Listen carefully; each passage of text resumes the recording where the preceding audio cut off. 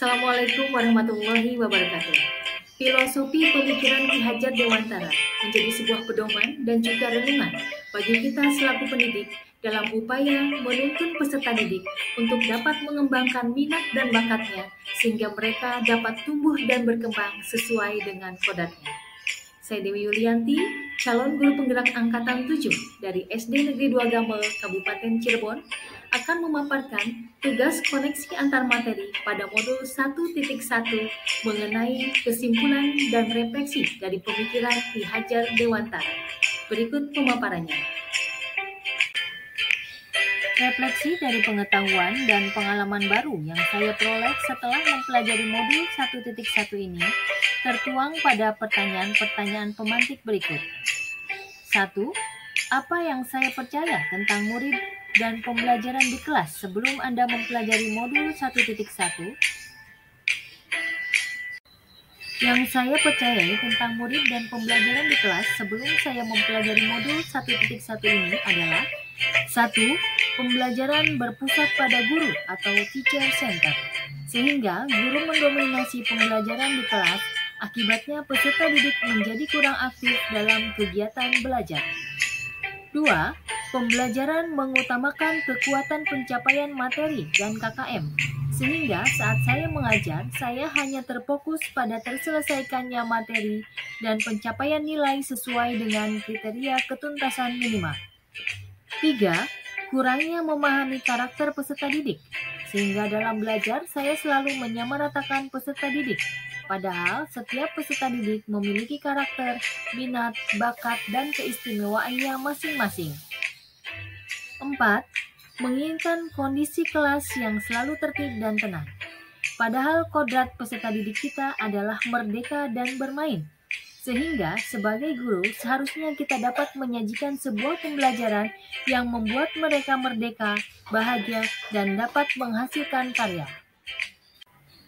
Pertanyaan berikutnya, apa yang berubah dari pemikiran atau perilaku saya setelah mempelajari modul ini? Yang berubah dari pemikiran atau perilaku saya setelah mempelajari modul 1.1 ini adalah 1. Saya menyadari bahwa sebuah pembelajaran harus berpusat pada murid atau student center, sehingga mereka menjadi pelaku pembelajaran itu sendiri dan guru hanya bersifat sebagai penuntun dan fasilitator. 2. Memahami, menghargai karakteristik peserta didik, dan menanamkan budi pekerti. Saya lebih memahami bahwa setiap peserta didik memiliki keistimewaan masing-masing. Mereka memiliki minat, bakat, dan kebutuhan yang berbeda-beda. Saya lebih menerapkan penanaman budi pekerti, sehingga anak dapat tumbuh menjadi manusia seutuhnya, baik secara individu maupun di lingkungan masyarakat. 3. Menerapkan sistem AMONG. Anak bukanlah selembar kertas kosong, tetapi mereka sudah memiliki garis samar sesuai dengan kodratnya. Kita bertindak sebagai pamong untuk memberi tuntunan dan arahan dalam menebalkan laku menjadikan manusia seutuhnya. Dan yang keempat, menjadikan sebagai pelajar merdeka dan mengemas pembelajaran yang aktif, kreatif, inovatif, dan menyenangkan. Pertanyaan yang ketiga, apa yang segera akan saya terapkan agar kelas saya mencerminkan pemikiran Ki Hajar Dewantara? Hal yang akan saya terapkan agar kelas saya mencerminkan pemikiran Ki Hajar Dewantara diantaranya 1. Merancang pembelajaran yang berpusat pada murid atau student center. 2. Menerapkan pembelajaran merdeka belajar dan profil pelajar Pancasila. 3. Pembelajaran menerapkan budi pekerti dan kearifan lokal. 4. Menerapkan sistem AMONG. Dan yang kelima, memahami dan menghargai setiap perbedaan karakteristik peserta didik. Selanjutnya, kesimpulan dari pemikiran Ki Hajar Dewantara yang saya dapat pahami diantaranya 1. Pendidikan bertujuan untuk menuntun peserta didik untuk menebalkan kekuatan kodratnya agar dapat memperbaiki laku untuk menjadi manusia seutuhnya.